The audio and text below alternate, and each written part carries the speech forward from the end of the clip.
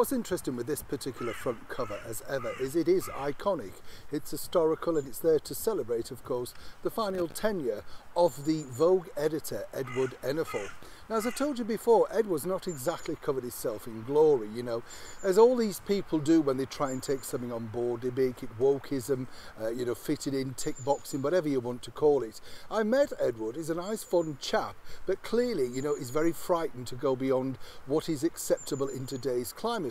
Hence the reason some people might suggest he's not been that successful as a Vogue editor, and the fact the original doyen, Anna Wintour, is returning back to the fold. Now, as we also pointed out to you recently, which I find fascinating, is that Meghan Markle, his chum, you know, the one that really he gave possibly one of the very biggest breaks, not of just her career, but of his career, taking a risk on somebody that really had, you know, very little experience, if any at all, about fashion editing and what she was going to do. But of course, he knew the value at that moment of including Meghan Markle in that particular edition, you know, freedom for change or some nonsense or whatever they came up with.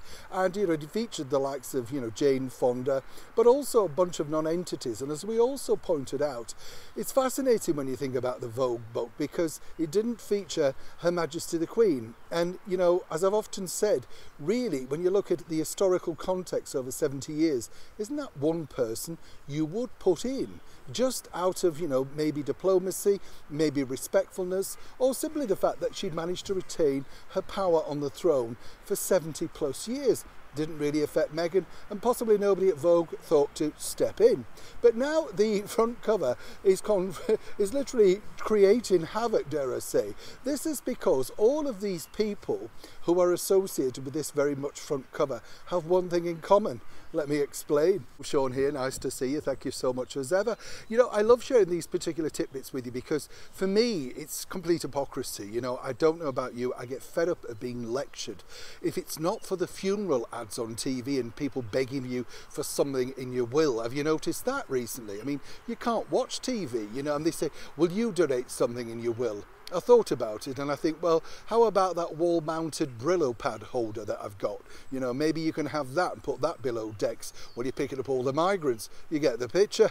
Jesting, of course. Now, over here with Vogue, this particular front cover has caused, as I say, a lot of, well, difficulties, right? Because not only was the speculation, of course, why Meghan wasn't on the front cover, and we told you the background to that, but more importantly, you see, all of these celebrities are, well, they're all climate change. Yes, and what emerges is they all flew in for the very special chance of having a picture taken. Miley Cyrus, apparently, 5,000 miles for 15 minutes just to get a picture taken in that group. Think of the carbon footprint that they could have got off with, you know, the climate hypocrisy that really reeks through literally every corner. But what's the real thing about this front cover? They all wanted to be on it to remind people they're still relevant, and more importantly, stuff climate change. Oh, that can take a back burner until they need the publicity again.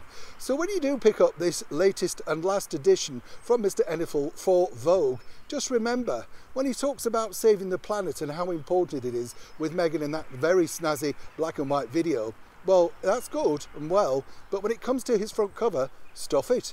What do you think? As ever, I'd love to know your comments below. Please do like and share. Neil Sean, Kensington, London.